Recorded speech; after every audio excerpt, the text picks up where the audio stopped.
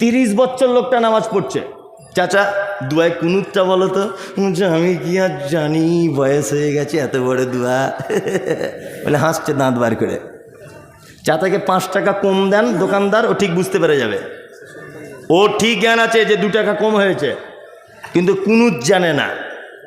ওই লোকটাকে দেখতে পাবেন কি না রুকুতে গিয়েও সেজদাতে গিয়েও সামি আল্লাহু লিমান হামিদা, সবাই বলছে রব্বানা লাকাল হামদ। ও চাচা তুমি যে 30 বছর নামাজ পড়ছো, সব জায়গাতে তো তুমি ঠোঁট লড়াচ্ছ, বলছো কি? তুমি তো দুয়ার জানো না, হে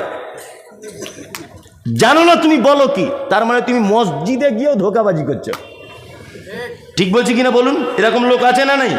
30 বছর বয়স, একটা নামাজি এখানে আসুক, একটা নামাজি যে ও দুয়া শেখার চেষ্টাটাও করে না, দুয়া শেখার চেষ্টাটাও করে না। তবে অনেক মসজিদে এরকম পরিবেশ আছে, দুয়া শেখানো হয়, বইপত্র রাখা আছে, কিন্তু এটা তদন্ত করলে পাওয়া যাবে অনেক মানুষই আছে 30 বছরের নামাজি সব দুয়া জানে না। আছে না? অবশ্যই আছে। ও তাহলে বলে কি?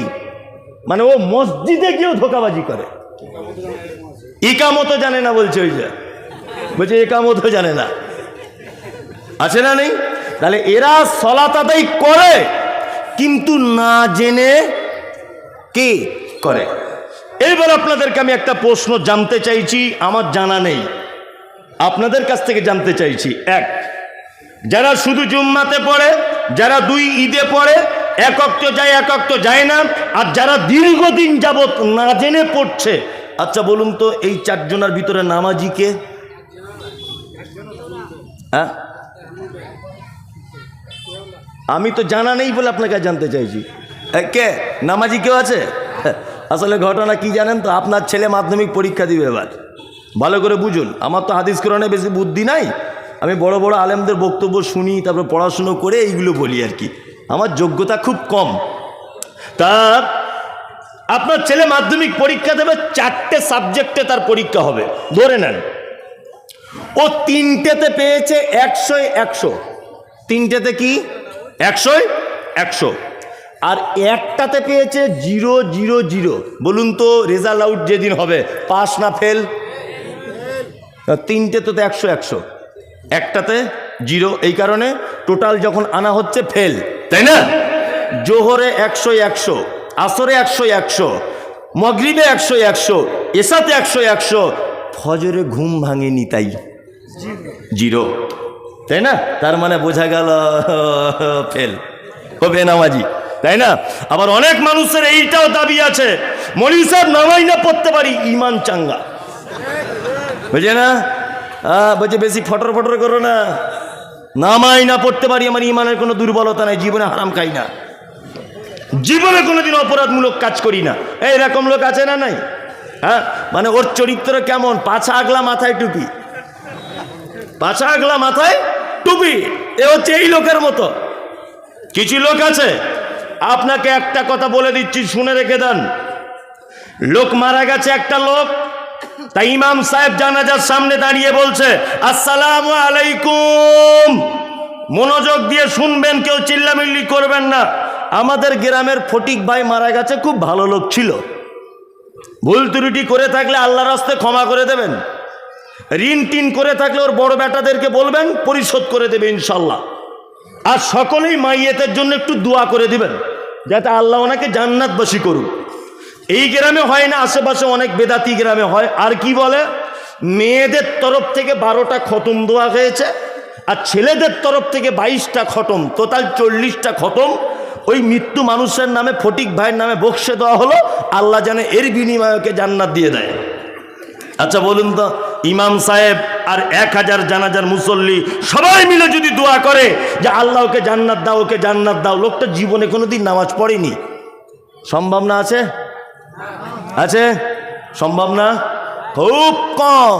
ঘটনা ঠিক এরকম, আমার বেটা আমাকে বলছে আব্বা মিলিটারির চাকরি করব, আমাকে বলছে, বোঝানোর জন্য বলছে, আমার ছেলের 12 বছর বয়স, সত্যি নয়, বলছে আব্বা মিলিটারির চাকরি করবো। আমি চিন্তা কর, ও ছুটে মাঠে রান করেছে একদম ফার্স্ট, লিখিত পরীক্ষায় একেবারেই ফার্স্ট, মৌখিক পরীক্ষায় একেবারেই ফার্স্ট। আমার আর ছেলে আমাকে বলছে, আব্বা 2 লাখ টাকা একটা অফিসার চাইছে, তাছাড়া হবে না। আমি বললাম কোনো ব্যাপার না, আমার জলসা করার টাকা, গাদা টাকা, যত পারবি লে। 2 লাখ দিয়ে দিলাম। বলছে আব্বার একটা পরীক্ষা বাকি আছে। বলছি কি? বলছে একটু ফিতেটা নিয়ে হাইটটা দেখবে আমি কতটা সাইজ। সব কিছুতে আমার ছেলে 1 নাম্বার। 2 লাখ টাকাও দিয়ে দিয়েছি, কোনো অসুবিধা হয়নি। মাপতে গিয়ে দেখছে আমার ছেলের সাইজ 3.5 ফুট। বলুন তো মিলিটারিতে চাকরি হবে? কিয়ামত পর্যন্ত হবে আমার বেটার চাকরি? না, ও হেডমাস্টার হতে পারবে, ও আপনার কি বলে সহকারী শিক্ষক হতে পারবে, ও বিডিও হতে পারবে, ও অন্যান্য ডিপার্টমেন্টের সরকারি চাকরিতে ও জয়েন করতে পারবে। আমার বেটা কিন্তু কোনোদিন মিলিটারি হতে পারবে না। পারবে? তাহলে এই চাকরির মূল শর্তটা কি? একদম বডি একদম সিংহের মতো হতে হবে, হাইটটা একদম জুত করে হতে হবে, তাই না? সিনাটা খুব চওড়া হতে হবে, তাই তো? এইগুলো হচ্ছে মেন। তারপরে মাধ্যমিক উচ্চ মাধ্যমিক এই লেভেল থাকলেও তোমার চাকরি হয়ে যাবে, কোনো সমস্যা নেই। মৌলভী সাহেব, জাকাত মিস নাই, দান মিস নাই, জীবনে কারোর সঙ্গে অশান্তি ঝগড়া নাই, সবার সঙ্গে সম্পর্ক ভালো, শুধু নামাজ নাই। আমি কি জান্নাত যেতে পারবো? এই সবটাতেই ফার্স্ট ক্লাস, হাইটে শর্ট। এই চাকরির জন্য যেমন শর্ত হাইটটা, ঠিক আল্লাহর জান্নাতে যাবার একজন মুসলিমের মূল শর্ত হচ্ছে সলাৎ। যার সলাৎ নেই তার জান্নাত নেই। আপনাকে এবার একটা আশ্চর্য কথা বলি। আজকের আপনাদের জলসার যিনি প্রধান অতিথি ছিলেন আব্দুল হামিদ ফাইজি আল মাদানি, ওনার ভাইপো এটা বসে আছেন, একদম আপন নিজের ভাইপো, সাকিব আল বুখারী।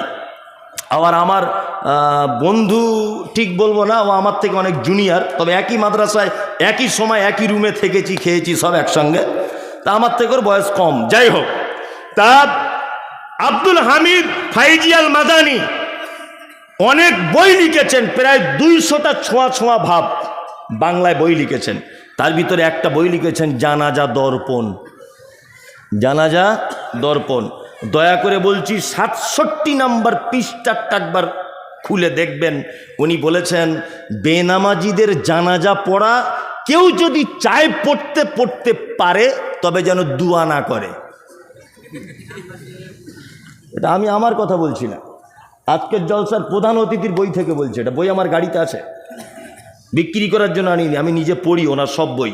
গাড়িতে আমার মোটামুটি 20,000 টাকার বই রাখা আছে, অটোমেটিক পড়ি আর কি যখন টাইম পাই। এটা ওনার বই থেকে নকল করে বলছি।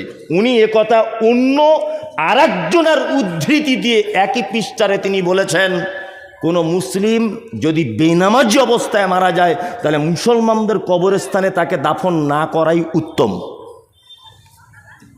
আশ্চর্য ব্যাপার, আজকের জলসার প্রধান অতিথির ফতোয়া এটা। কি বলছি বুঝতে পারছেন কথা কিছু? তার মানে বেনামাজিদের চান্স আছে কোথাও? আছে? নাই, কোথাও নাই। আল্লাহর জান্নাত এর দেখুন আল্লাহ তাআলা বলছেন, মা সালাকাকুম ফি সাকার ক্বালু লাম নাকু মিনাল মুসাল্লিন। সাকার নামক একজন জাহান্নামীকে জিজ্ঞাসা করা হবে, তুমি কেন জাহান্নামে? ও তখন বলবে ক্বালু লাম নাকু মিনাল মুসাল্লিন, আমি শুধুমাত্র সালাত আদায় করিনি, নামাজ পড়িনি, মুসাল্লি ছিলাম না, এই কারণে আজকে আমার এই পরিণতি। তবে একটা কথা বলে রাখছি, সালাত আদায় করেননি এই অবস্থায় মারা গেছেন, কাবিরা পাপ। কোনো না কোনো একদিন কলেমা পড়ার কারণে আপনি জান্নাত যাবেন, কোনো না কোনো একদিন জাহান্নাম থেকে রেহাই পাবেন। এক শ্রেণীর মানুষ আছে, তারা কোশ্চিনকালও জাহান্নাম থেকে রেহাই পাবে না। কারা বলুন তো? যারা শিরক অবস্থায় মারা গেছে, শিরক করতে করতে মারা গেছে, তওবা চাইনি, আল্লাহর কাছে স্যালেন্ডার হয়নি, এ কিন্তু কোশ্চিনকালও জাহান্নাম থেকে মুক্তি পাবে না। ফাওয়াইলুল লিল মুসাল্লিন, দুর্ভোগ ওই মুসাল্লিদের জন্য, আল্লাযীনা হুম আন সালাতিহিম সাহুন, যারা সালাত আদায় করে অস্বস্তি সহকারে, আল্লাযীনা হুম ইউরাউন, যারা সালাত আদায় করে লোক দেখানোর জন্য। অনেক মুসল্লি আছে না, নামাজ পড়ে এনার্জি লস, আর আমাদের পাড়ার মেয়েদের তো কথা বলাই যাবে না, এমন করে সেজদায় যাচ্ছে হামাগুড়ি দিয়ে, মনে হচ্ছে 12 বছরের প্যারালাইসিসের রোগী। দেখবেন আপনার নানি দাদিরা যখন নামাজ পড়ে, নামাজ পড়ার কি অবস্থা, আল্লাহু আকবার। এই ওমরপুর, আপনাদের ওমরপুর চেনান তো? ওইখানে একটা গ্রাম আছে, নাম বলবো না, তাহলে ওরা আমাকে মারবে। এই ভয়ে বলতে পারছি না, তো গোপনে জেনে নেবেন, বলে দেবো। ওই মসজিদে একদিন আসরের নামাজ পড়ছি, আমি জমাতে ইমামতি করছি, আমার গাড়ির ড্রাইভারকে জিজ্ঞাসা করুন, ইমামতি করছি, আল্লাহু আকবার, একটা লোকের দেখছি ফোন বাজছে, ও ফোনটাকে বার করে ধরে বলছে আবি হাম নামাজ মে হ্যায় বাদ মে কল কিজিয়ে, রাখো। ফোন করতে করতে নামাজ পড়তে পড়তে বলছে, নামাজ পড়ছে, ও বিহারিদের লোক মনে হয়, বাজারের মসজিদ তাও, ও বলছে আবি হাম নামাজ মে হ্যায় বাদ মে কল কিজিয়ে। আল্লাহু আকবার। এই যদি নামাজের ভিতরে এই বলে, তাহলে বাহিরে হলে কি করতো? এই হচ্ছে আমাদের নামাজ পড়ার ঢং। নামাজ পড়ছে, পাছা চুলকাইছে, আবার কেউ টুপি নিতে মনে নেই, ভুলেই গিয়েছে, ধরে নেন টুপি দিতে। টুপির সঙ্গে তো নামাজের কোনো সম্পর্ক নেই, আছে আছে নাই। তবে আজকে আরকানুল ইসলাম বলে একটা মুজাফফর বিন মহসিন সাহেব বই লিখেছেন, ফতোয়া আরকানুল ইসলাম। ওতে লিখছিলাম যে, দেখছিলাম যে আল্লাহ রসুল কখনো যে খালি মাথাতেও নামাজ পড়েছেন এই মর্মেও কোনো হাদিস পাওয়া যায় না। কখনো পাগড়ি দিয়েছেন, কখনো টুপির উপরে পাগড়ি পড়েছেন, যাই হোক, তা টুপির সঙ্গে পাগড়ির সঙ্গে নামাজের কোনো সম্পর্ক নেই। এটা একটা সুন্দর পোশাক, আপনি পরবেন এতটুকুই। যাই হোক, টুপি পরতে মনে নেই, টুপিটা পকেট থেকে বার করলি, বাবা মাথায় দিলি, একরকম হলো। ও আবার ঢং করে বার করে জুত করে ফুঁক দিয়ে টুপিটা ফুলিয়ে তবে মাথায় দিচ্ছে, ওর নামাজ বাতিল। কারণ মাদানী সাহেব আছেন, উনি জানেন যে নামাজের ভিতরে কোনো কাজ চলবে না। কি বললাম বুঝলেন? এই যে টুপি বার করলেন, জুত করে ফুঁক দিলেন, ঝেড়ে নিলেন, ফুলিয়ে তবে মাথায় দিলেন, এটা কাজ কি কাজ নয়? কাজ তো, নামাজ বাতিল হয়ে যাবে। খুব সাবধান, আল্লাহ তাআলার ভাষা শুনুন। আল্লাহ তাআলা বলছেন তারা সালাত আদায় করে কিন্তু ভক্তি সহকারে করে না, ইউরাউন। আর তারা দুর্ভোগের ভিতরে যারা সালাত আদায় করে লোক দেখানোর জন্যে, লাস্ট ওয়ায়ামনাউন আল মাউন, আল্লাহ তাআলা বলছেন দুর্ভোগ তাদের জন্যে যারা তার প্রতিবেশীকে সামান্য উপকার করা থেকে নিজেকে আটকে রাখে। প্রতিবেশীকে উপকার করা থেকে কি করে? নিজেকে আটকে রাখে। এক কথা জিজ্ঞেস করে নি, জি, খোঁটা দেয়, প্রতিবেশীকে কিছু দিয়ে, অভাবী দুস্থ মানুষকে কিছু সহযোগিতা করে না, ধনী মানুষের বাড়িতে গরিব মানুষের বাড়ি পাশাপাশি, কাউকে খবর নেয় না, সে যদি তার বাড়িতে কিছু চাইতে যায় তাহলে দেয় না। অথচ মুহাম্মদ সাল্লাল্লাহু আলাইহি ওয়াসাল্লাম এই কথা বলেছেন কি, কোন প্রতিবেশী যেন আরেকটা প্রতিবেশীর দেওয়ালে কাঠ বা কুঞ্চি এই জাতীয় কোনো জিনিস যেন টেক লাগিয়ে রাখতে যেন নিষেধ না করে। খুব কঠিন ব্যাপার। আমার সময় তো 11টা পর্যন্ত। আচ্ছা আচ্ছা আচ্ছা, ঠিক আছে ঠিক আছে, আমি ঠিক জায়গাতেই আসছি। এখন আমাকে বারবার কি বলছে আপনারা বুঝতেই পাচ্ছেন সব। তবে আমি এটা আপনাদেরকে আর একবার বলে দিচ্ছি, লালগোলা এলাকাতে আমি যে জলসা করেছি আগে, মানে কোনো গ্রাম বাদ নাই, তাই না?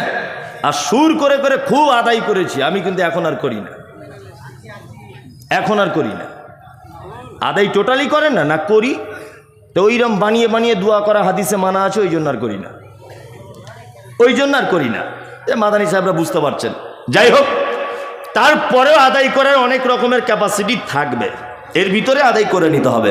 আচ্ছা যাই হোক, এবার আপনাদেরকে সব বিষয় বাদ দিয়ে জান্নাতে যাবার একটা সহজ রাস্তা বলে দিচ্ছি, ইনশাল্লাহ আমল করব, ইনশাল্লাহ ইনশাল্লাহ। এক, বলুন তো পৃথিবীতে কোনো মানুষের মাধ্যমে জান্নাত যাওয়া যায়? যায়? পৃথিবীতে কোনো মানুষের মাধ্যমে জান্নাত যাওয়া যায়? যায়। পিতা মাতার সেবা করার মাধ্যমে জান্নাত যাওয়া যায়। কি বললাম বুঝলেন? হ্যাঁ, এদের সেবা করার বদৌলতে এদের মাধ্যমে কোথায় যাওয়া যায়? জান্নাত যাওয়া যায়। পৃথিবীতে আর কাউকে সেবা যত্ন করে আপনি যে জান্নাত চলে যাবেন এরকম কোনো ব্যাপার নয়। আল্লাহ নেকি দিবে অফুরন্ত, কিন্তু পিতা মাতার সেবা যত্ন, তাদের সঙ্গে সদ্ব্যবহার করলে কোথায় পাওয়া যায়? জান্নাত যাওয়া যায়। আপনাদের এখানে পিতা মাতারা সেবা যত্ন পাচ্ছে তো? আচ্ছা, এই যারা বেটা বসে আছেন, বাপ মাকে দেখছেন? বাপ মা বুড়ো হয়েছে, কেমন সিস্টেমে খাচ্ছে বেটাদের কাছে? পালি সিস্টেম, মানে ওর বাপ মসজিদের ইমাম সাহেব আর ওর মা মুয়াজ্জিন, মানে এইরকম একটা ব্যাপার আর কি, তাই না? আবার যদি একদিন এদিক ওদিক হয়ে যাচ্ছে, একদিন বৌমারা কি বলছে, কেন ক্যালেন্ডার দেখে খেতে পারো না? ক তারিখ হলো আজকে? আবার কেউ মিষ্টি করে বলছে আমাদের তরকারি কি খুব মিষ্টি, ছেড়ে যেতে মন চায় না, বলে কি বলে না? বলে। বিনীত অনুরোধ, মরা মানুষের মতো বসুন, আমি 10 মিনিট একটা তথ্য আপনাদেরকে আমি পেশ করছি, দেখুন তো কেমন হয়। এক,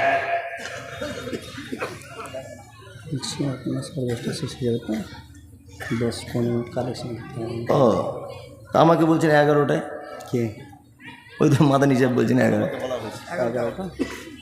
আচ্ছা ঠিক আছে, ওই তার মাঝামাঝি আমি আসছি, আমি ঠিক জায়গাতেই এসছি, অসুবিধা নেই, আপনি চুপচাপ মেরে থাকুন, আমি ঠিক জায়গাতেই আসছি আস্তে আস্তে। হ্যাঁ আমি চলে আসছি, এখনই চলে আসছি, টেনশন নেই, আপনার থামুন, আমি ঠিক জায়গাতে আসছি, অত ঘাবড়াচ্ছেন কেন? এরপরে তো আরেকজন বক্তা আছে। যাই হোক, আপনার একটা লোকের 4 বেটা, কটা বেটা? 4 বেটা দিল্লিতে কাজ করতে গেছে, খাটতে গেছে। ঈদের 1 সপ্তাহ আগে বাড়ি আসবে, ঈদের 1 সপ্তাহ আগে বাড়ি আসার আগে ওর স্ত্রীকে ফোন করে বলছে, হ্যালো সাবিনা? হ্যাঁ। বলছে আমি তো বাড়ি যাব 1 সপ্তাহ পরে ঈদে, তা তোমার জন্য কিছু নিয়ে যেতে হবে। বলছে আমার জন্য একটা শাড়ি, ছেলের জন্য জিন্স প্যান্ট, মেয়ের জন্য একটা চুড়িদার, আর আমার বোনের জন্য 2টো চুড়িদার আনবে, মানে শাড়ির জন্যে। লোকটা সব কেনাকাটা রেডি, ওর স্ত্রী আবার দ্বিতীয়বার ফোন করে বলছে, কি রঙের নিয়েছো শাড়িটা? লাল টকটকে থেকে নিয়েছো তো? বলছে হ্যাঁ। তো বলছে তুমি দোকান থেকে বার হচ্ছ না কেন, এত দেরি হচ্ছে কেন? তখন ওর স্বামীটা বলছে, তোমাদের সবার কেনাকাটা রেডি, শুধু আব্বার জন্য একটা লুঙ্গি আর মায়ের জন্য একটা শাড়ি পছন্দ করছি, ঈদের দিনে পরবে তাই। ওর স্ত্রী তখন বলছে এদিক থেকে ফোনে, কেন প্রত্যেক বছরে তুমি কেন তোমার আব্বা আমাকে শাড়ি লুঙ্গি জামা কাপড় দিতে যাবে? তোমার 3টে ভাই চোখে দেখতে পায় না? বাড়ি চলে এসো। ও ওর বইয়ের কথা শুনে বাড়ি চলে এসেছে। ওর বাপের বয়স 90 বছর। বিনীত অনুরোধ, অনুরোধ করে আপনাকে বলছি যে আপনি এই কথাটা শুনে তবে যাবেন, তার আগে না। মায়ের বয়স 85 বছর।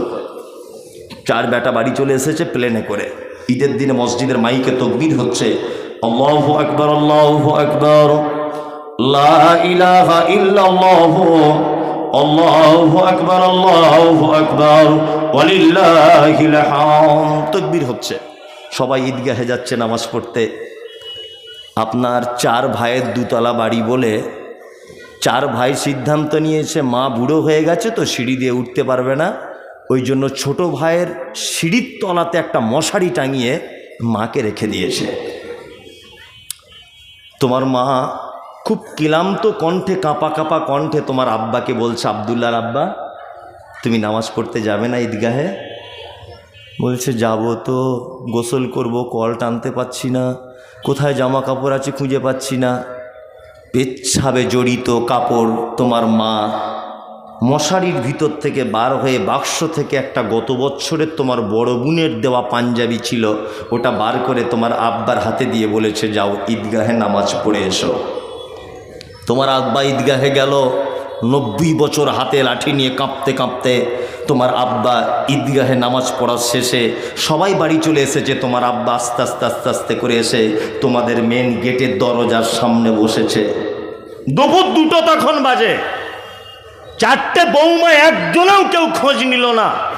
4টে বেটা, 12টা পোতা পুতিন, কেউ খোঁজ নিল না। দুপুর 2টো পর্যন্ত 2টো গোস্ত আর 2টো পরোটা তোমার আব্বার হাতে কেউ দিল না। তোমার মা ঈদের দিনে পেচ্ছাপ পায়খানা করে মশারির ভিতরে কাপড় জড়িয়ে শুয়ে আছে। 4টে বৌমা থাকার পরে কেউ তাকে গোসল করালো না। কেন এ অত্যাচার? হ্যাঁ, তোমার মায়ের যে পৃথিবীতে সব থেকে বড় অপরাধ আছে, তোমার মা এই গ্রামের একজন পর্দানাসীন মহিলা। তোমার মায়ের অপরাধগুলো বলি। তোমার মা এই গ্রামের সব থেকে পর্দাশীল মহিলা। জীবনে কোনোদিন কোনো পরপুরুষের মুখ দেখায়নি, কোনো পরপুরুষের সামনে দাঁড়িয়ে মুখ তুলে কথা বলেনি। কিন্তু তোমার এই মা তোমার মতো অপদার্থ ছেলেকে জন্ম দিতে গিয়ে লালগোলার হাসপাতালে পরপুরুষ ডাক্তারের সামনে উলঙ্গ হয়ে বেডের উপরে শুয়ে গিয়েছিল তোমাকে জন্ম দেওয়ার কারণে। যে মা কাউকে মুখ দেখায়নি, তোমার মতো বেটা জন্ম দিতে গিয়ে তার লজ্জাস্থান পর্যন্ত পরপুরুষকে দেখিয়ে দিয়েছে, এটা তোমার মায়ের জীবনের 1 নম্বরের বড় অপরাধ। তোমার মায়ের আজকে 2 নম্বরের অপরাধ, তোমার মায়ের মাথার চুল হাঁটু পর্যন্ত দুলতো, কালো কুচকুচ কুচকুচ করছো তোমার মায়ের মাথার চুল। তোমার মতো বেটাকে জন্ম দিতে গিয়ে হসপিটালের বেডে তোমার মায়ের কালো চুলগুলো লাল রক্তে জমাট বেঁধে গিয়েছিল, এটা তোমার মায়ের জীবনের 2য় বড় অপরাধ। তোমার মায়ের 3 নম্বরের অপরাধ, তোমার মা জীবনে কোনোদিন ইনজেকশন দিত না, ভয় করত, ডাক্তারখানাতে গেলে ইনজেকশন দিতে পারতো না। তুমি যখন পেটে ছিলে ডাক্তারবাবু বলেছে বাচ্চা সোজাসুজি থাকার কথা, বাচ্চা টেঁড়া হয়ে লেগে গেছে, এখনই সিজার করতে হবে, তখন তোমার মা সেদিন কাঁদো কাঁদো কণ্ঠে ডাক্তারের 2টো হাত ধরে বলেছিল, ডাক্তারবাবু যদি আপনার কাছে ধারালো কোনো অস্ত্র যদি থাকে, আপনি আমার পেট কেটে আমার ছেলেকে পৃথিবীর আলো দেখান, আমি তার মুখ দেখলে আমার সব বেদনা দূর হয়ে যাবে। তোমার মা সেই দিনের পেট কাটার ব্যথার অনুভব আজও 85 বছর বয়সে মশারির ভিতরে শুয়ে শুয়ে করে। তোমার মায়ের অপরাধের কথা বলি, চিকিৎসা বিজ্ঞানীরা বলেছে প্রত্যেক দিন একটা মা তার বাচ্চাকে 8 বার করে দুধ পান করায়, এক একবারে 250 গ্রাম দুধ পান করাতে হয়। 30 মাস দুধ পান করে 50 টাকা যদি দুধের লিটার হয় 90,000 টাকার। তুমি তোমার মায়ের দুধ পান করেছ 90,000 টাকার। তোমার বাপের অবদান কথা তুমি ভুলে গেছো? তোমার বাপ তোমাকে ভালো স্কুলে পড়াবে বলে 60 বছর বয়সে দুর্গাপুরে রাজমিস্ত্রির লেবার খাটতে গেছে, মশলা মেখে সিঁড়ি দিয়ে কাঁপতে কাঁপতে কাঁপতে কাঁপতে উঠছে, তোমাকে ভালো মিশনের ছাত্র হিসাবে দেখতে চায়, এটা তোমার আব্বা। কোরআন কি বলছে? কোরআন বলছে ইয়াসালুনাকা মাযা ইউনফিকুন কুল মা আনফাকতুম মিন খাইরিন ফালিল ওয়ালিদাইন ওয়াল আকরাবিন ওয়াল ইয়াতামা ওয়াল মাসাকিন ওয়া বনিস সাবিল ওয়া মা তাফআলু মিন খাইরিন ফাইন্নাল্লাহা বিহি আলিম। আল্লাহ নবী সাল্লাল্লাহু আলাইহি ওয়াসাল্লামকে জিজ্ঞাসা করা হচ্ছে, নবী আমরা যত খরচা করি যত ব্যয় করি উত্তম ব্যয়ের জায়গা কোনটা, উত্তম খরচা কোনটা?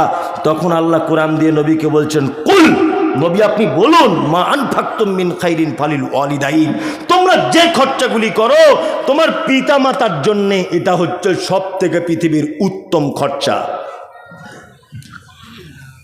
কি বললাম বুঝলেন? বাপ মায়ের জন্য কিছু খরচা করুন, এটা হচ্ছে পৃথিবীর উত্তম খরচা। কে বলছেন? এটা আল্লাহ কোরআন মাজিদে বলছেন। বিনীত অনুরোধ, আপনারা জানেন এই মুহূর্তে সারা পশ্চিম বাংলার একটা আলোড়ন সৃষ্টি করা প্রতিষ্ঠান, আপনাদের এই যে দেখতে পাচ্ছেন, কিছুদিন আগে সোশ্যাল মিডিয়াতে একটা জিনিস দেখতে পাচ্ছিলেন খুব, 7 মাসে একজন মেয়ে কোরআনের হাফেজা হয়েছে। 5 মাসে কোরআনের হাফেজা, এটা চারটিখানি ব্যাপার নয়। কি বললাম বুঝলেন তো? জি। তবে আমরা শুধু ফল দেখি, ফলটা দেখি শুধু আমরা তার স্বাদ গ্রহণ করব আর খুব মিষ্টি প্রশংসা করব তা না, গাছ যে পরিচর্যাও করতে হয়েছে এটার দিকেও একটু লক্ষ্য রাখা উচিত। কি বললাম বুঝলেন না?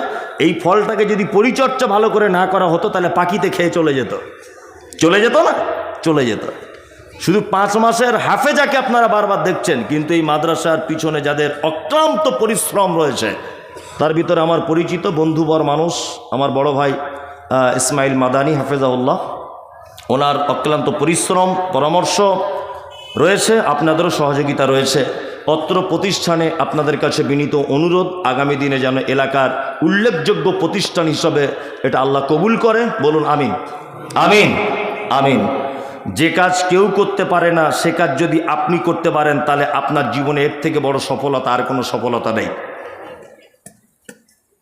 আল্লাহ তার বিদ্যা বুদ্ধি দিয়েছে বলে 5 মাসের কোরআনের হাফেজা হয়েছে, সে এটা একটা আলাদা সাবজেক্ট, কিন্তু সেই পরিবেশে তাকে 5 মাসের ভিতরে কমপ্লিট করে দেওয়া এটাও কিন্তু একটা মারাত্মক ব্যাপার নয়?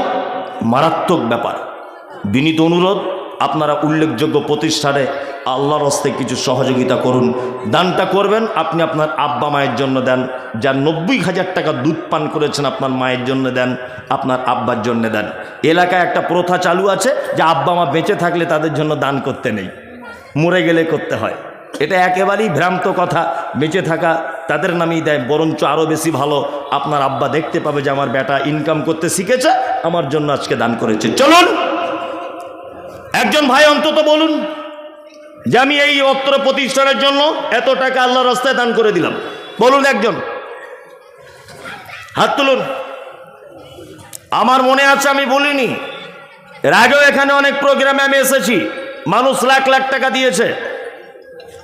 10,000 টাকা ইলিমপুর থেকে জালালউদ্দিন আর ছেলে মারা গেছে তার জন্য। ও ইলিমপুর থেকে জালালউদ্দিন, ওর বেটা মারা গেছে, 10,000 টাকা দিয়েছে। আল্লাহুম্মা সাল্লি আলাইহি আল্লাহুম্মা বারিক আলাইহি।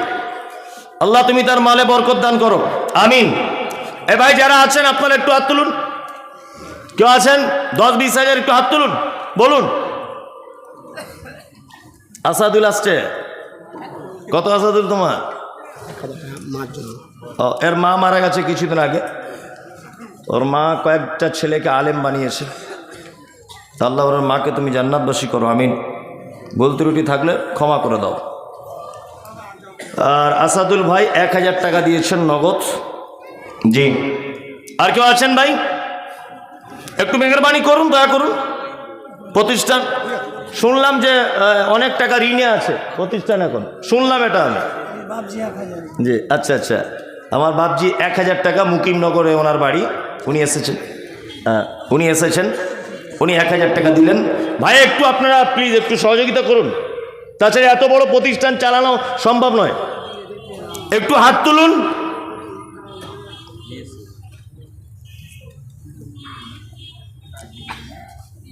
আসলে হয়তো দান করবেই না ভেবে চিন্তেই বসেছে, এরকম ব্যাপার। জমি কিনতে হচ্ছে 60 লাখ টাকা খরচ করে। আল্লাহ, অত লাখ টাকা আমি মুখে উচ্চারণই করতে পারবো না। 60 লাখ টাকার জমি ক্রয় করতে হচ্ছে, প্রায় কোটির কাছাকাছি, 60 লক্ষ টাকা। জি, আপনাদের কাছে বিনীত অনুরোধ যে বাকিতেও যদি হয় যে আমি 2 মাস পরে দিব, অনুরোধ আপনাদের কাছে যে এই রকম একটা প্রতিষ্ঠানে আপনারা কিছু খরচা করুন, জীবনে একটা স্বাদ পাবেন যে আমার টাকাটা একটা ভালো জায়গায় দিতে পেরেছি। আসুন ভাই একটু হাত তুলুন। কেউ আছেন এখানে বাকিতেও যে আমি 10,000 দিব, 2 মাস পরে দিব? আছেন ভাই কেউ? আছেন?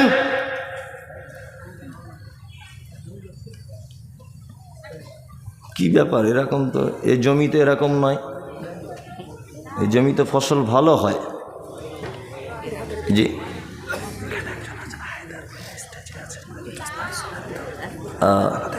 কে আছে? আচ্ছা, জি, মৌলভী ইসমাইল, মোহাম্মদ ইসমাইল মৌলভী। ইসমাইল মৌলভী 2000 টাকা। হায়দার আলী সাহেব কে আছেন এখানে? কে আছেন?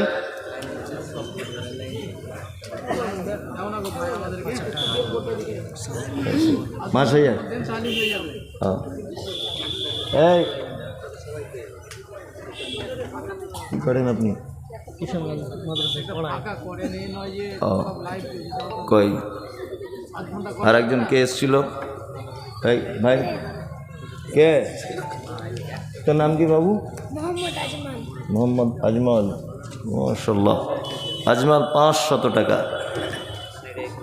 এই আপনাদের কাছে বিনীত অনুরোধ যে এরকম করবেন না, আপনারা দয়া করে কিছু মাদ্রাসাকে সহযোগিতা করুন, অবশ্যই করুন। জি, হালিম ভাই, হালিম ভাই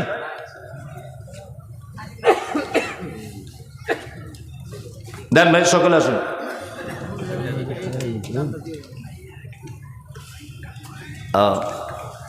আচ্ছা আচ্ছা, কি নাম? আতাউর রহমান, 1000 টাকা। কই হায়দার সাহেব চলে গেলেন কেন কিষানগঞ্জের? কই আপনি 10,000 টাকা দিয়ে দেন। কই এদিকে আসুন। কত? 50,000। কই হায়দার আলী সাহেব এদিকে আসুন। আপনি আপনি কত দিবেন? আপনি কত দিবেন? 10,000। আপনি আরো বেশি দিতে পারবেন। এই মুশকিল না, কোনো মুশকিল না। আর 5,000 দিয়ে দেন, সবাই আশা করছে আপনার উপর, বুঝলেন? 5,000 টাকা দিয়ে দেন। আচ্ছা, আর 5,000 টাকা উনি দেবেন হায়দার সাহেব। জি, শুক্রিয়া, জাযাকুমুল্লাহ খাইরান আহসানুল জাযা। কি নাম তোমার? ইউসুফ আলী। বিয়ে করেছো? ইউসুফ আলী। ইয়া রাব্বানা ইয়া রাব্বানা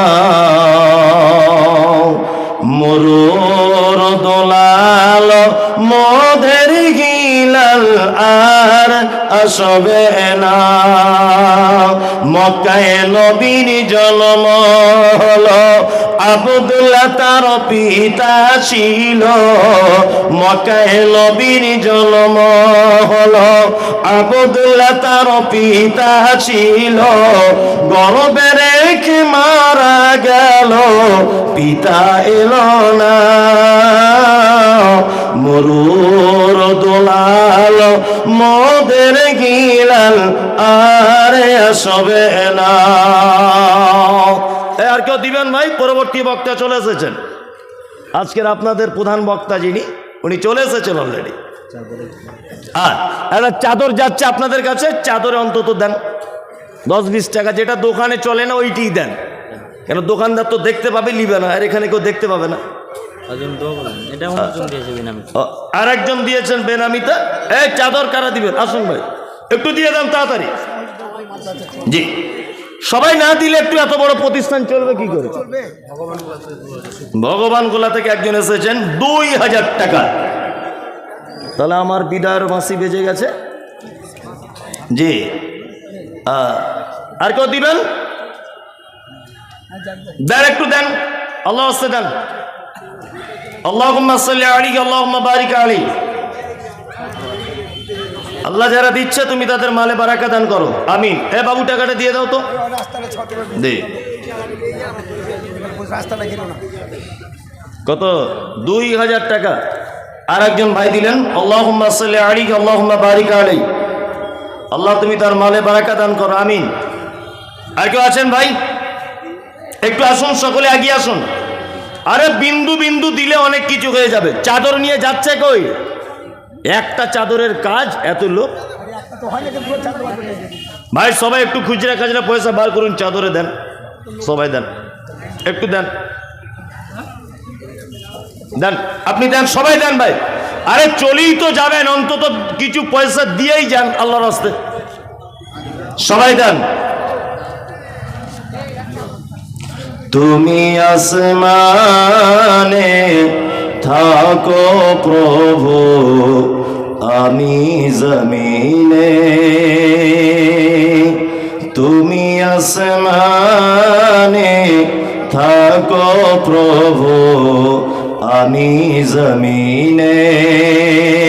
তবু তোমারি প্রেম জমে হৃদয় গহীনে। আমি তোমারি গোলাম গো, অন্য কারণ। এই চাদরটা একজন ধরুন না কেউ। আশ্চর্য ব্যাপার, চাদরটা ধরার লোক নাই। এই চাদরটা নিয়ে একটু ঘুরে দেন আল্লাহর রাস্তায়, এতেও তো আপনি না কি পাবেন? দেন ভাই, সকলেই দেন। আরে চলে তো যাচ্ছেন, কিছু দিয়ে যান অন্তত পক্ষে। বাহুড়া থেকে আমাদের ক্লাস 8 তানিয়া তামান্নার গার্জেন 5,000 টাকা। বাহুড়া থেকে তানিয়া তামান্না ক্লাস 8, তানিয়া তামান্না তার গার্জেন, ওর আব্বা দিচ্ছে 5,000 টাকা, আম্মা, ওর মা দিচ্ছে 5,000। মার কোথায় পাবে? ওর বাপেরই টাকা, না। আল্লাহুম্মা সাল্লি আলাইহি আল্লাহুম্মা বারিক আলাইহি। আল্লাহ যারা দিচ্ছে তুমি তাদের মালে বারাকা দান করো, আমিন, আমিন। কি করবো ভাই? আচ্ছা আচ্ছা, এই আপনারা চলে যাচ্ছেন কেন ভাই? বসুন, সবাই বসে যান। হ্যাঁ দেন, যে যা পারবেন দিয়ে দেন। জি, আসলে দান একটা এমন জিনিস না, সবাই করতে পারবে না। দান করা একটা আলাদা তৃপ্তির ব্যাপার আছে। যারা এর তৃপ্তিকে বুঝে তারা দান করতে পারবে, কোনো সমস্যা নেই। যাই হোক, আপনাদের কাছে বারবার অনুরোধ, এবং অত্র প্রতিষ্ঠানের পক্ষ থেকে বারবার অনুরোধ যে 60 লক্ষ টাকার জমি ক্রয় করার একটা ব্যাপার আছে, আপনারা এই দিকটা লক্ষ্য রাখুন। আজকে যারা দিতে পারছেন না, আগামীতে দিবেন, পরবর্তী টাইমে আবার কখনো সুযোগ হলে দিবেন। তবে আজকের এই পরিবেশে দিলে মানে একটা ভালো লাগা ব্যাপার থাকে। শেষ পজিশনে দেখা যায় যে এত টাকা আদায় হয়েছে, প্লাস এটাও একটা ব্যাপার যে আপনাকে দেখে আরেকজন মানুষ উৎসাহিত হয়ে সেও কিছু দিবে, এরকম একটা ব্যাপার থাকে। ওই জন্য আপনাদের কাছে অনুরোধ যে আপনারা যে যা পারবেন 500, 1000, 2000 যার যেমন ক্ষমতা, আপনারা অবশ্যই অত্র প্রতিষ্ঠানে আপনার মূল্যবান সম্পদ ব্যয় করুন। এর প্রতিদান আপনি আল্লাহর দরবারে আশা করুন, আল্লাহ আপনার উত্তম প্রতিদান দিবেন ইনশাআল্লাহ। দানের সম্পদ বৃদ্ধি হয়, সুদ সম্পদ নষ্ট করে দেয়। ওমরপুর থেকে আফজাল এবং আব্দুল আজিজ 50,000। মাশাআল্লাহ, জাযাকাল্লাহ খাইরান হাসানুল জাযা। ওমরপুর থেকে আফজাল হোসেন ও খায়রুল ও আব্দুল আজিজ ও আজিজুর রহমান, দুইজনা মিলে দিচ্ছেন 50,000 টাকা। ইউসুফ আলী 1,000 টাকা। আল্লাহ তুমি দাতারা দানকে গ্রহণ করে নাও, আমিন। জি দেন ভাই, আপনারা আসুন একটু। খোসালপুর ইজাজুল 1,90,000 টাকা। তা ওটা আবার কেমন, 2 লাখ টাকা দিতে পারতো। জমির দাম 1,90,000। ও আচ্ছা আচ্ছা, খোসালপুরের নজরুল ভাই ও এজাজুল ভাই, খোসালপুরে বাড়ি এজাজুল, উনি দিচ্ছেন 1,90,000 টাকা। 1 শতক জমির দাম। বর্তমান বাজারে এরকম দান করাটাও খুব মুশকিল, তারপরেও তাই না, তারপরেও যে মানুষ 2 হাত ভরে দান করছে, সত্যি এটা খুব বড় ইমানের পরিচয়, বড় সততা ভালোবাসার পরিচয়। তাছাড়া এত টাকা দেওয়া সম্ভব নয়। ওই জন্য আপনাদের কাছে অনুরোধ, যার যেমন ক্ষমতা আপনি তেমন দেন। 200-500 টাকার ক্ষমতা আছে, আপনি 200-500 টাকায় দেন, লজ্জারও কিছু নেই, অভিমানেরও কিছু নেই, অভিযোগেরও কোনো জায়গা নেই। আপনার যা ক্ষমতা আপনি তাই দেন।